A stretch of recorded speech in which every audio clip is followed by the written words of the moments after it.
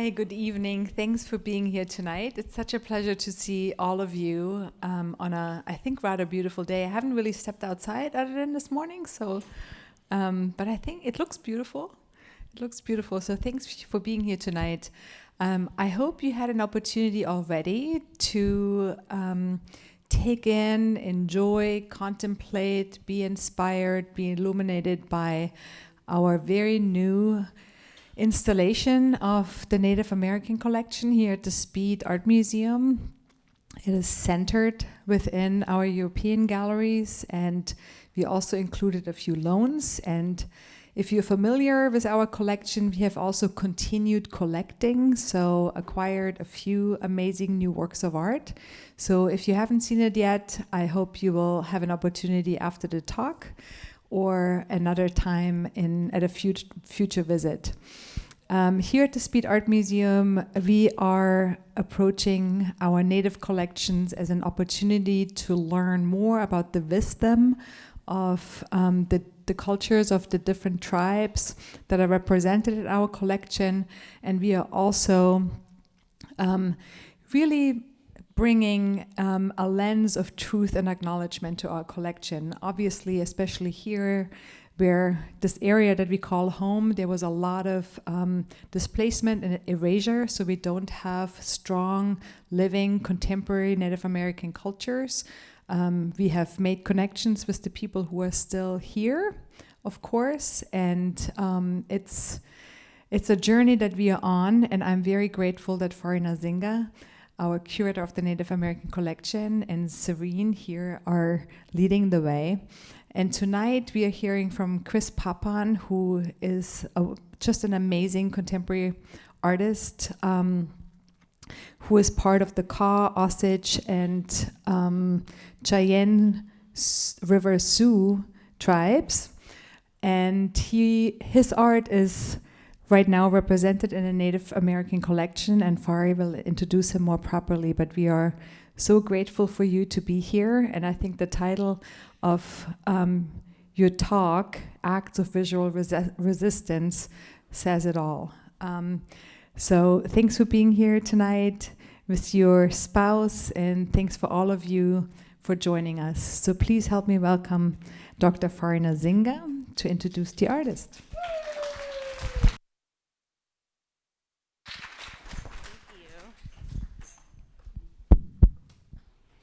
How's everybody doing this evening?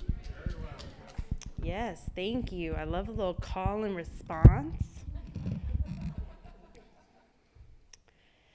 So I hope that you all by this time, have seen the newly reinstalled Native American art galleries. Serene Martin and I have worked so hard to bring this new presentation of art to our museum visitors. So I want to give a little recognition to my girl, Serene. Yeah. That's right. So when I first began to think about how I was going to approach reorganizing and representing this collection, I called on a number of Native American curators and folks that I knew through the grapevine to see how I could learn more in order to do a better job. And so I brought Dr. Miranda Roberts onto my advisory council, whom I hope many of you may have gotten a chance to hear speak April 28th on Community Day. And I remember I reached out to her because she had this wonderful podcast called Exhibiting Kinship, and I was wanting to meet her. I wanted to see what was going on at the Field Museum in Chicago. I had heard wonderful things, and she said, "Girl, I don't live in Chicago no more, but you should talk to Deborah Yepa Pappan right over here." Let's give her a shout out, please, and thank you. did some wonderful, amazing, inclusive, community belonging work with the local indigenous community in Chicago, bringing them up and through the Field Museum and really allowing contemporary local Native voices to help shape that presentation of artwork. And so it was through Deborah and through her generosity of spirit that I was able to meet Chris and have a studio visit and get a chance to really get up close with his work. And I just absolutely loved what I saw, which was the beginnings of Thoughts and Prayers, which we now see hanging in our Native American gallery. So I just wanted to give you a little bit of a genealogy of like how it came to be that we got this amazing work in our collection. Now to tell you a little bit about this amazing artist.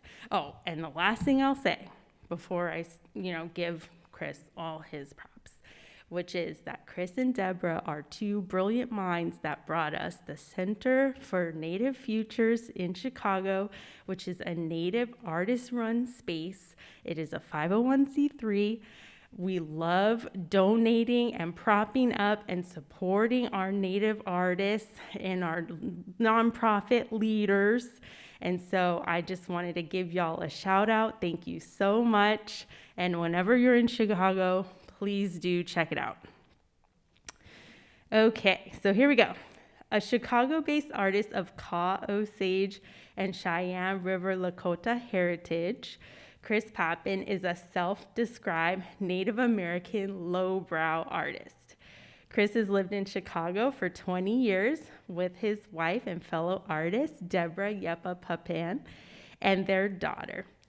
Acclaimed as one of North America's most promising Native American artists, Chris Pappan is known for his innovative approach to the traditional cultural expression known as ledger art. Also known as the art of captivity, this art is associated with Plains Indian war prisoners' desires to depict their memories on ledgers at the end of the 19th century. Pappan's art shows a concern with the present while also looking at the past. He reproduces old photographs to address current and historical issues such as land loss, tradition, and customary knowledge. Chris's work is also in the collections of the Field Museum in Chicago, the National Museum of the American Indian in Washington, D.C., the James T. Bialik Native American Art Collection at the Fred Jones Jr. Museum of Art in Norman, Oklahoma. And most recently, of course, his work was entered into the permanent collection right here at the Speed Art Museum. And if you haven't checked it out, please do so. Please join us in welcoming Chris Pappan.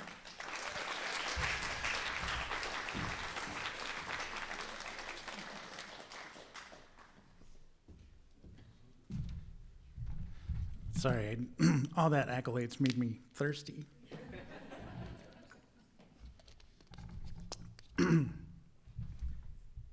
No, but really, it's my honor to be here and to be included in this collection, and the circumstances and the context around this inclusion, and all of the work that you guys are doing it's all all in the right direction. So it's my privilege. So thank you. I titled this presentation Acts of Visual Resistance because that's how I think of ledger art as well. All those descriptors you gave, Flari, of ledger art are true, but I also think of it as these acts of visual resistance because it's literally illustrating resistance in some instances, as we were looking at earlier in the collection. But and that's how I like to think of my work as well. It's disrupting certain narratives and certain preconceptions that people have about Native people and Native art. So also in that vein, I kind of want to say also as a disclaimer that like I didn't grow up on the reservation. I didn't grow up around traditional elders. I grew up in an urban environment. Well, kind of urban. If you consider Flagstaff urban, but my closest influence to Native people and culture was the Navajo Reservation, because Flagstaff is right outside the Navajo Reservation in Arizona. So any knowledge and wisdom that I will try to impart upon you is my own. And, it's all based on my own experience as a Native person in this country. And, it's also an act of self-discovery as well. And not just personally, but learning about my community of which I belong. So, art, the power of art has really helped in that, I wouldn't have been able to reconnect with this community that I have been displaced from, not from my own fault, had it not been for my artwork and what I chose to do in my life. So,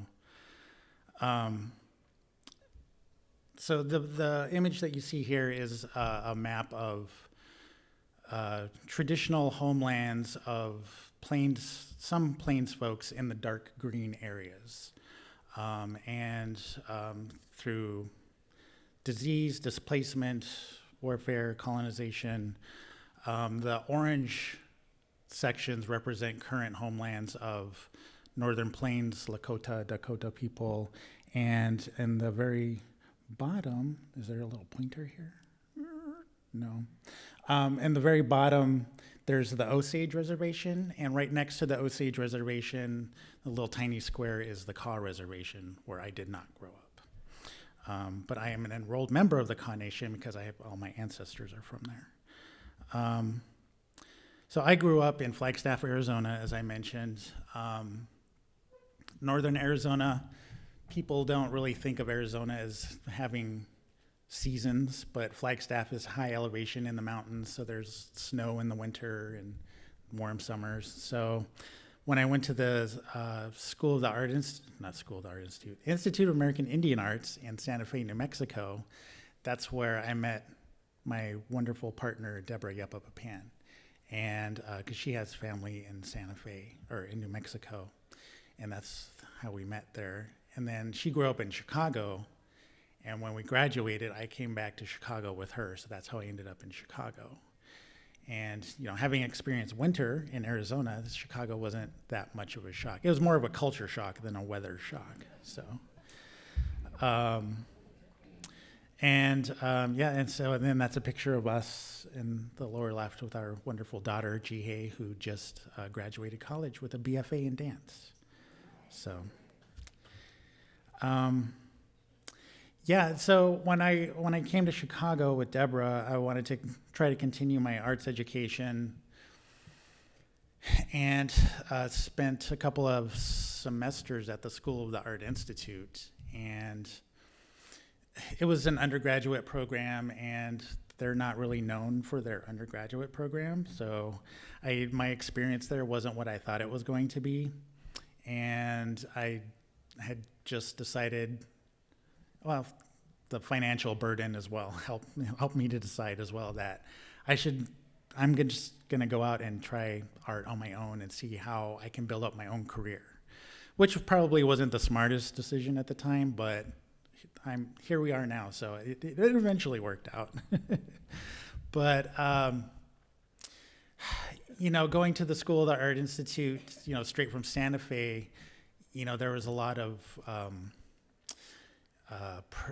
pressure on influence, I guess you could say, about Native identity and how could I express that? Should I be expressing that? When I was going to school in Santa Fe, I wasn't really interested in expressing my Native culture per se, because there was just so much in Santa Fe about that I didn't really know that much about myself growing up, that I didn't feel confident in expressing that. So, I was more focused on trying to just be an artist. But then when I came to Chicago, there's, just like here in Kentucky, there's a lot of erasure of Native people. And then in that void, there is misrepresentation put in place, to represent who Native people are supposed to be. So I found that to be very challenging and thought, okay, well, this is a time now where I can lean into myself, my culture, my identity, and what does that mean to me, and how can I express that? So, yeah, that's a lot to think about. But at the time, also, it's Chicago. It's a big city, lots of things happening, and this was in the early to mid '90s, and there's a lot changing in the art world at that time as well. So there were a lot of artists who were graffiti artists, or what are also known as lowbrow artists, who were gaining recognition and starting to show their work in these highbrow galleries.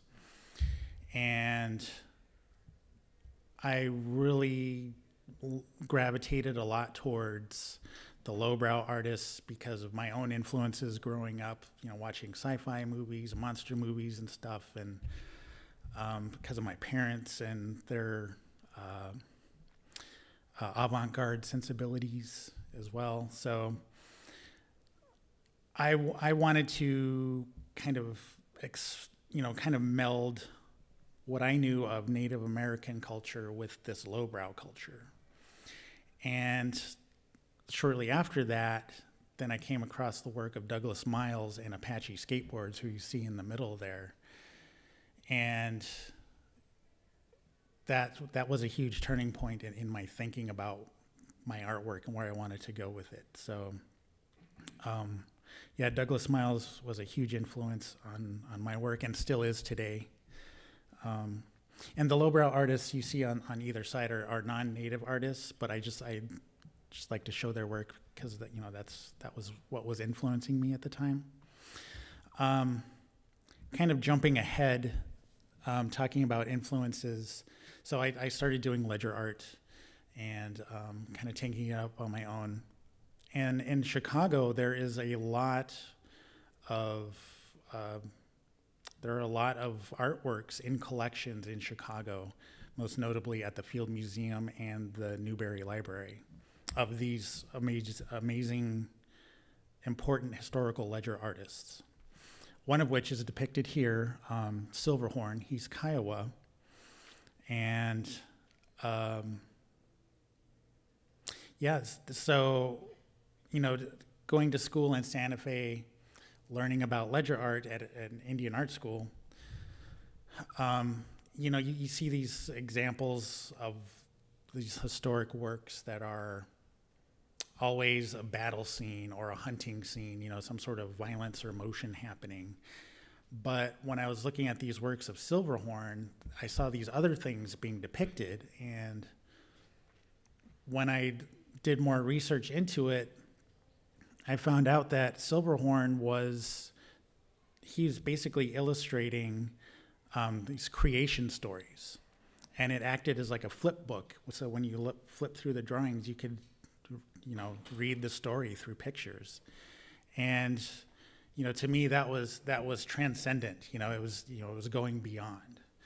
And the fact that he was on the lower right-hand side, that's a self-portrait that he did of himself. He was being influenced by these European artists, so that's a portrait of him in the middle being painted by a European artist. So he was, taking those influences as well and putting it into his art. And then in the lower left is also another piece by Silverhorn depicting a vision from the Native American church. So, it showed me that ledger art could go beyond these just typical acts or typical images.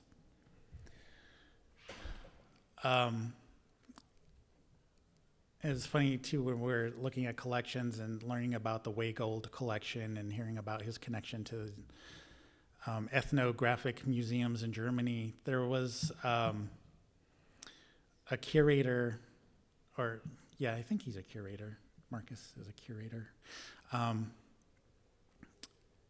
who was helping to put together a textbook in Germany from a collection of this museum there, and showed me images of this ledger book that they had. Well, it's not really a ledger book, it's ledger art done in this Bible.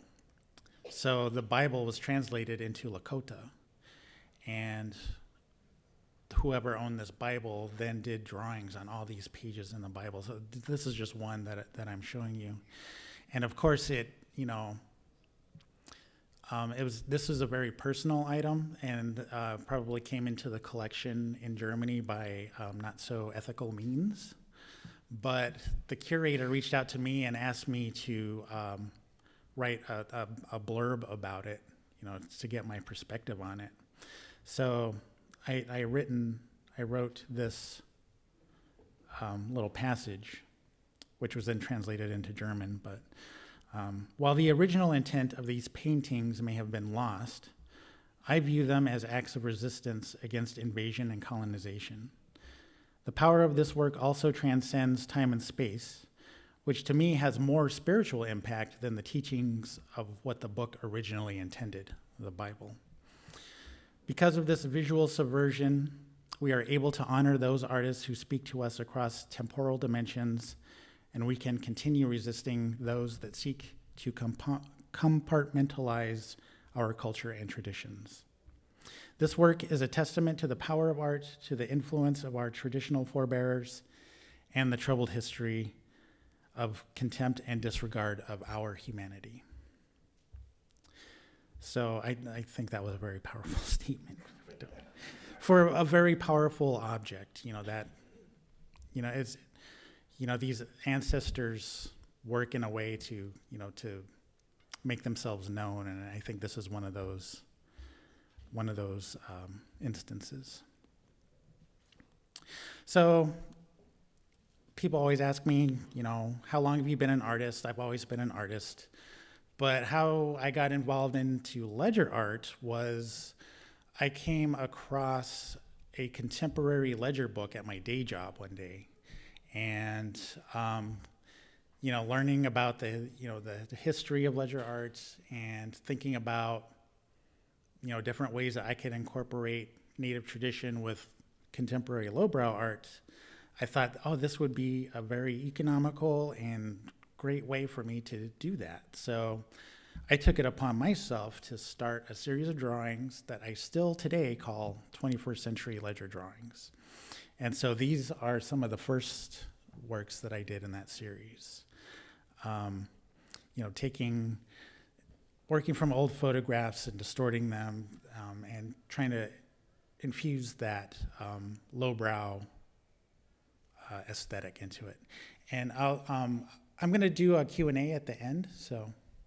I'm seeking to understand as we go along, and I'm sorry to interrupt your train of thought, but the definition of lowbrow and ledger art would both be Lowbrow would be considered work that is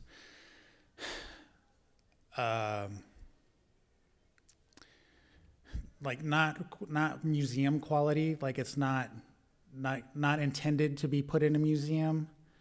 So, like a lot of the subject matter would be very lurid, like Pulp Fiction type things. But, that was what was interesting to me about it, is that then, this work that people, frowned upon, literally lowbrow, was then being put into museums, was very interesting to me.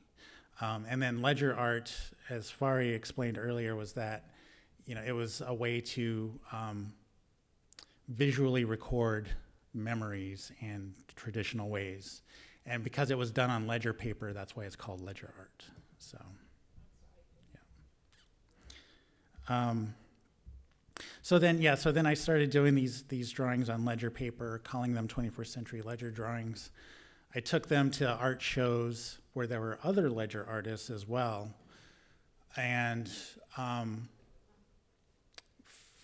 that's where I really started to find an artistic community for my work. and these other ledger artists were embracing me and really interested in what I was doing in order to help take this tradition and bring it forward. So then I realized I was getting into something a lot deeper, and there was a lot more responsibility for me as an artist, which I never really thought of before, as an artist having a responsibility. So then I started to take it more seriously. I started doing the research, looking at those historical drawings from Silverhorn. And so then I started to acquire the old paper and started drawing on that old paper. And the old paper is acquired through eBay, online, or in antique stores. And nowadays, like, people will just give me stuff, and now I have a huge stack of books and like paper and things everywhere. So I'm able to share that with Deborah, and she can do her work on ledger paper when she wants to. And so that's kind of where this all started. And then I got more into, you know, what kind of narrative am I trying to tell? What do I want to say with my work? You know, there's, you know, working from the old photographs and just drawing and distorting them, you know, you can only go so far. And then, you know, what's the next step in that? And then I wanted to have more of a narrative in my work. So one of the visual icons in my work that I wanted to use was this burning trailer. And that became a visual icon to represent taking the old ideas, taking a standard that had been given to us that we're supposed to just accept, and saying, no, we don't accept this. We need to set higher standards for ourselves. And so we're taking this old thing and we're getting rid of it, and we're going to define who we are now in our own way. So that's one theme I started to develop in my work. Another theme, there are other artists, other Native artists that I saw that were doing UFOs. If any of you came and saw the Supernatural America exhibition, you may recognize those pieces because they were in that exhibition as well. And they're in the catalog, which is for sale in the gift shop, I noticed. You know, when you put UFOs in the context of Native American art, you know, the UFOs can easily represent an invading force, you know, like the Europeans coming and settling. But it's, you know, it's such a great pop image that people can identify with immediately and get that reference. So, but then, you know, like I said, I wanted to take on this responsibility with ledger art, and when I was looking at the old historical works, I was paying close attention to what a lot of these artists were doing.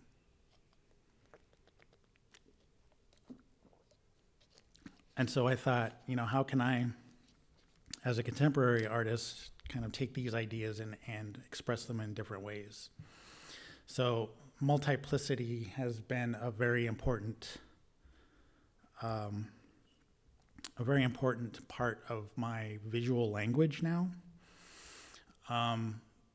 You know, in these works, it was just taking one image and mirroring it in Photoshop, and you know, it started out as a challenge for me as well. Like, you know, I just wanted to challenge myself as an artist to see if I could do this. And, you know, I was like, oh, I can do this. This looks really cool. And so then it became more of a statement about identity and about identities imposed upon us. You know, and also more simply, you know, some people can interpret it as a person in two worlds, you know, pulling yourself apart to, you know, to have two different identities. But I'm more of a positive person, and I see it as two people, two ideas coming together to create something new. And so then in that middle section where the figures intersect itself, that intersection becomes very important. Because then it becomes a metaphor for mixed race people like myself and Deborah and a lot of other people. You know, there's two things coming together to create a new thing, a new person. And so then I was kind of taking that idea of multiplicity and going crazy with it. Part of the crazy is our friend Andrea, who does these amazing murals of landscapes, kind of done in the same way. And when I saw her work, I'm like, man, how can I do that? I want to do that too. That's crazy. So I thought, oh, I can take the photographic image and start tessellating it, and just see what happens with it. And so, again, as an artist, you get these ideas to do these crazy things, and you don't really know what it means right away. But then, after you get it down on paper and you look at it and, you start thinking about it, I think, for me, these pieces in, doing this tessellation, it really embodies the idea of the division of our people and how we've been broken up and separated and scattered. But we've also been able to come back together in some way or another, also metaphorical to our culture as well. And that, we're piecing it back together in some instances, not all instances, but, for those of us that have lost a lot, we're piecing it back together. And so there's some semblance, there's some recognition of what it once was, but it's also something different. But it's also vibrant and in motion and always moving. So that's what I really like about that tessellation too, is that, it brings this sense of movement. And I believe I was told once that one of the hallmarks of ledger art is that there's always a sense of motion in it as well. There's always a warrior on a horse, or, there's always something happening. And in these works, when you see it, it's like your eye is moving. There's a different kind of motion. And in this piece, the Y shape of the blue rivers running through the figures represent the Chicago River.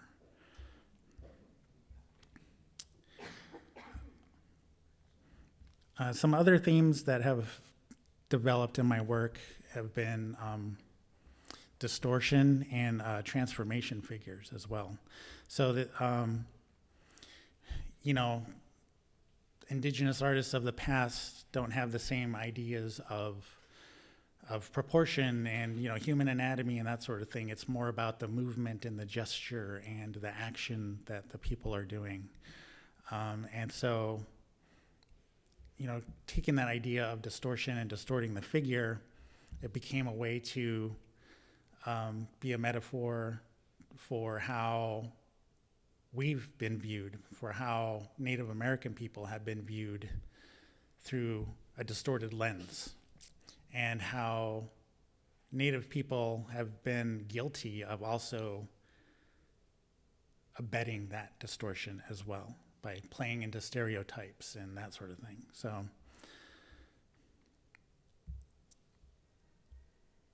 and then I started doing these, what I call the transformation figures. And these came from a Boy Scout manual. It was a series of books that they put out. I guess it was in the 60s. Those figures look pretty 60s-ish. And the series of books were to give Boy Scouts things to do, like different hobbies, like soapbox derby racing or canoeing. And one of them was Indian costume and dance. Make this your new hobby. And so when I saw this book, I was just enraged. You're just like, oh my God, this is, because our daughter is a dancer. She dances and ceremonies and, in her homelands. So upon seeing this, it was just like, this is the stuff that we have to deal with on a daily basis as Native people. So,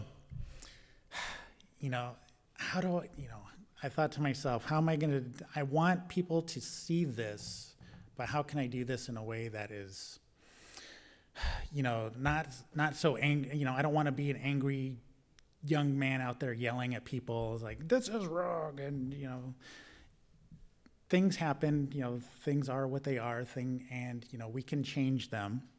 We can change people's attitudes. How do we do that?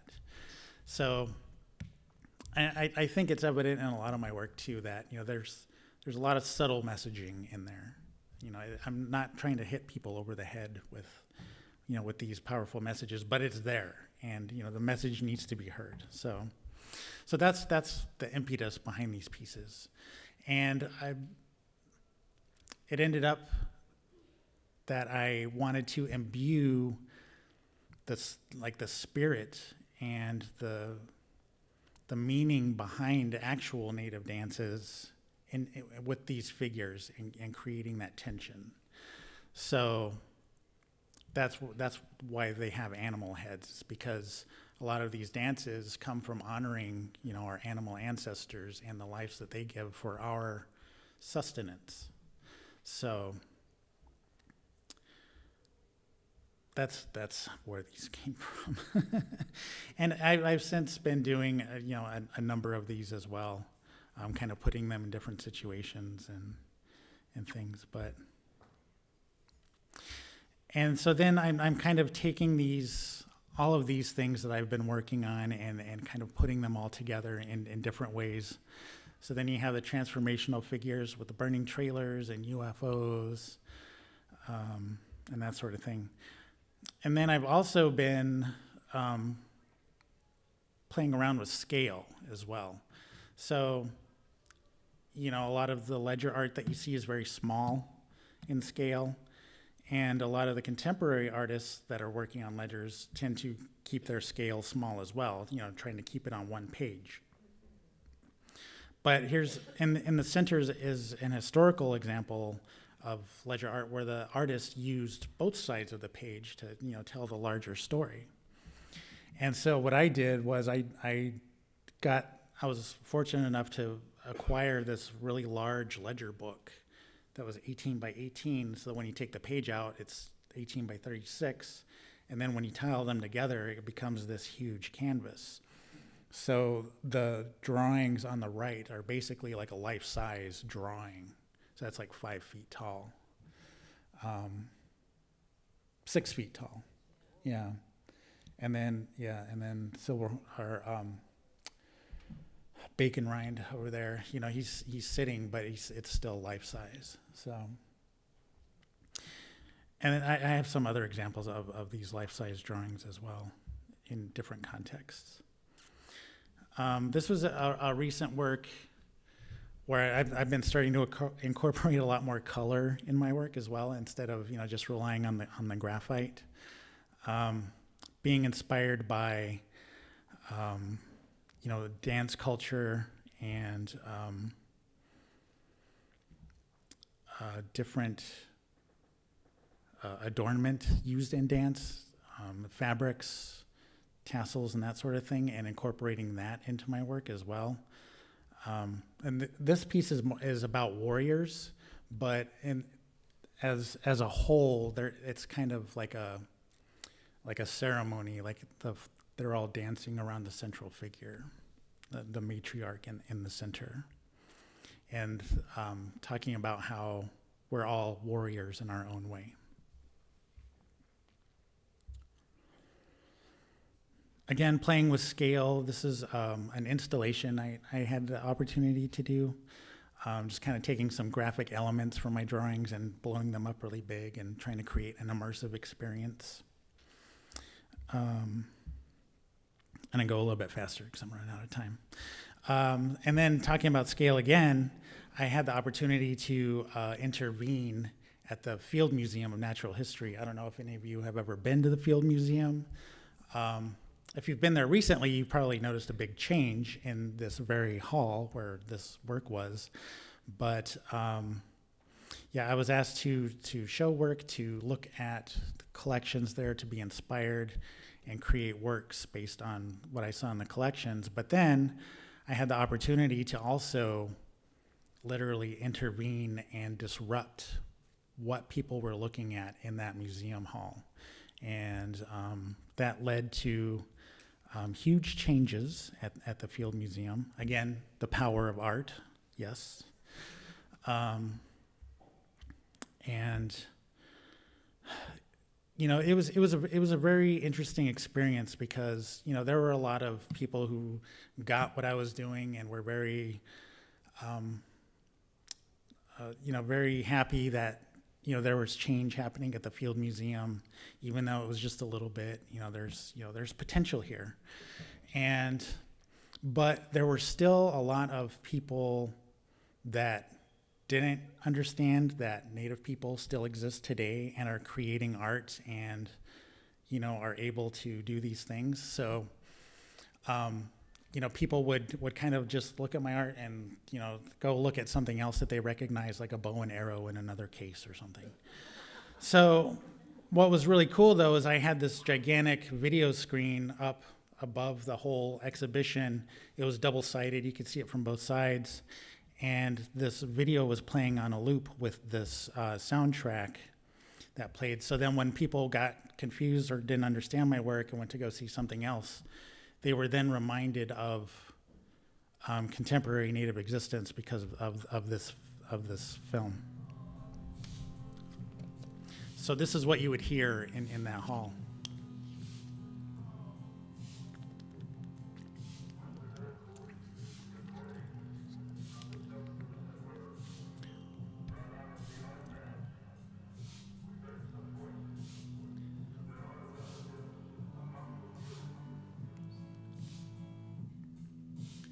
So I worked to distort the video as well. The video is one of the first motion pictures ever created.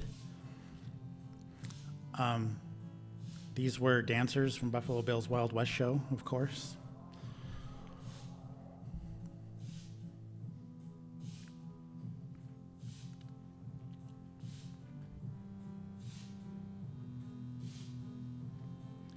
Music by Santiago X.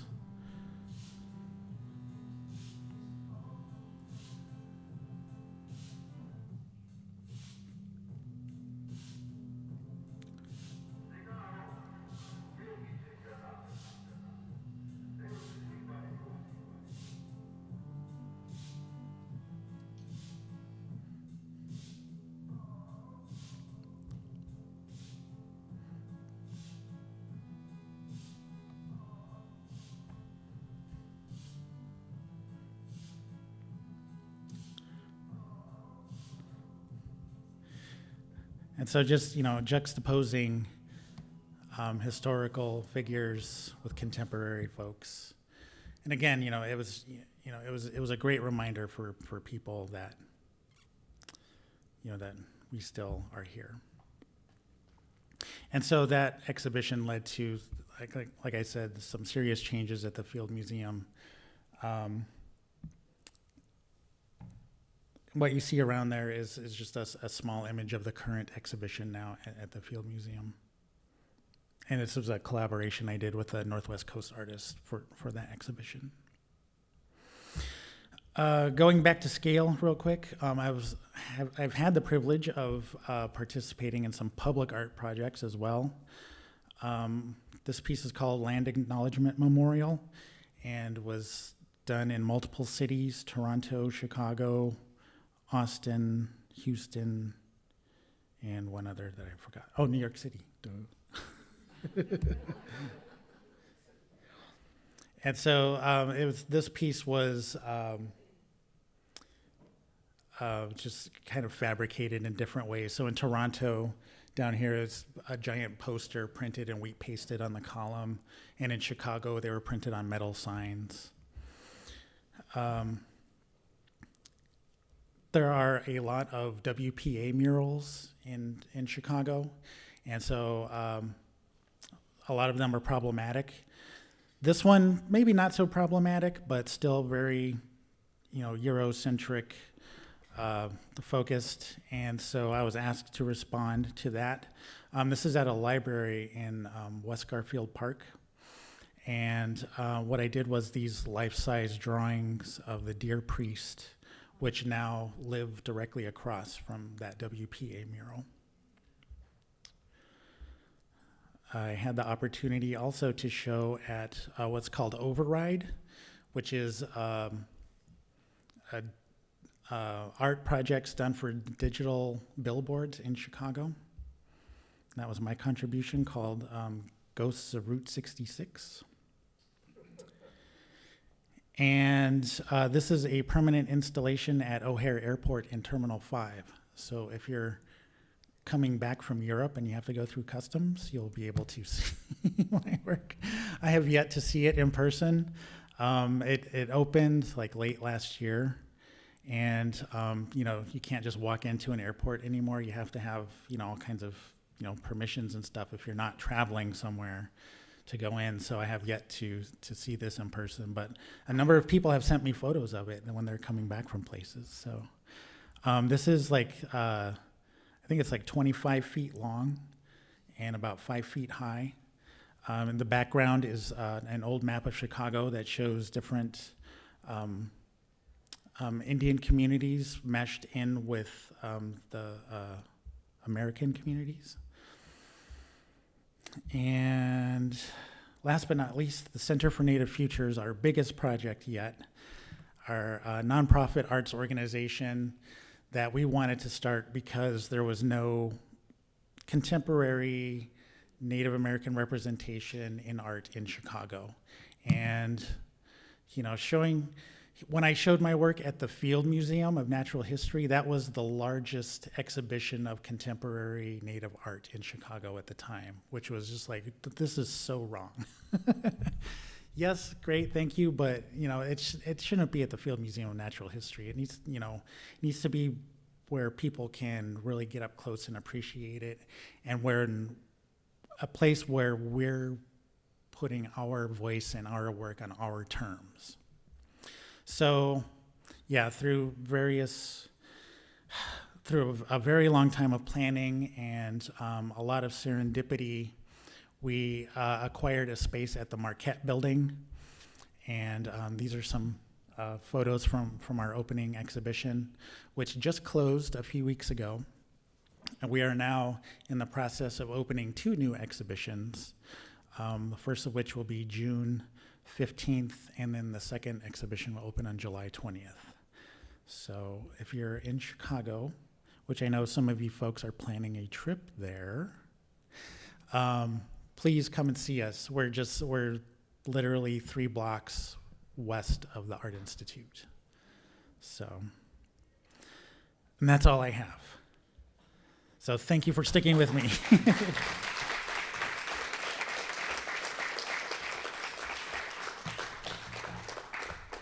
We've got a couple minutes for questions if anybody has a question.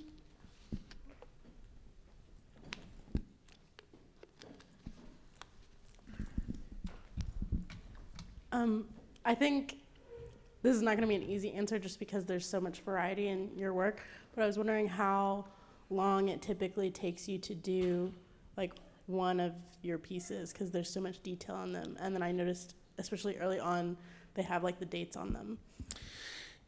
Yeah, so I date and number all my drawings, and keeping it in the theme of ledger and record keeping and that sort of thing. So that's why there's a date on everything. And it used to take me a lot longer to do drawings because I would work on them on the train when I was going to my day job.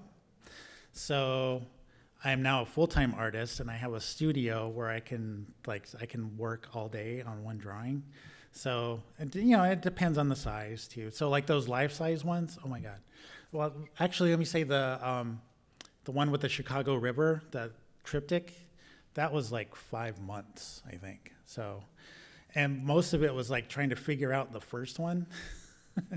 And then once I figured out the first one, the other one's mirrored, and then that goes a lot quicker because I'm like, oh yeah, I know how that goes, and I know how this goes. So, yeah, it could take anywhere from like a couple days to months, depending on the size. Do you interact with what is on the ledger? So I noticed that so there are some writings on some of them, other the writing is gone. I really like Santiago X, by the way, sorry. That's okay. But do you interact with, or do you choose a page based on what is already written? So yeah, so when I first started using the old paper, I was just kind of taking whatever I could get because it was old and funky, but it's interesting because it has its own story as well. So the audience can really connect in that way. I wish I could connect more with certain pages. A lot of times I'm just looking at it aesthetically. So like if there's a lot of information written on one side, then I'll try to draw on the empty side or something, that kind of thing. But, I'm always trying to look for ledgers that have a masthead printed on it, like what it was used for, and, that are from specific places that have, specific native histories or that sort of thing. So, Thank you. It's stunning work. thank you. Where do you see your art going from here? I have some other larger public art projects that I haven't secured yet, but I'm in the process of applying for. So hopefully a couple more public art projects, and yeah, just keep going bigger and weirder, I think.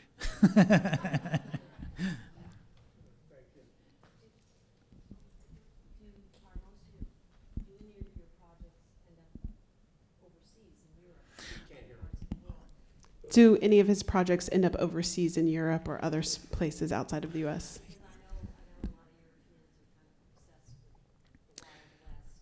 Yes. Yes. Yes. So I actually have pieces in a collection of the Native North American Museum, which is in Geneva, Switzerland. And there is a wonderful art gallery in England called Rainmaker Gallery. But the owner of that gallery, she's very focused on contemporary Native art. So, yeah, Joanne Prince at Rainmaker Gallery in Bristol, England. So, yeah. Yes, in the back. How do you feel about responsibility now after you've been working for some time? That's a wonderful question. It feels like less of a burden, and I feel more comfortable, especially because of my own research that I've done and because of the acceptance from my community and from my peers. The responsibility for me, I don't want to say it's easier, but I think the responsibility, I am comfortable with it, and so comfortable in that I feel like I have more agency to bring my own voice into what I am doing and to help influence others to do the same. So, yeah. All right. Okay, thank you, Chris. One more Yeah. round of applause. Thank you.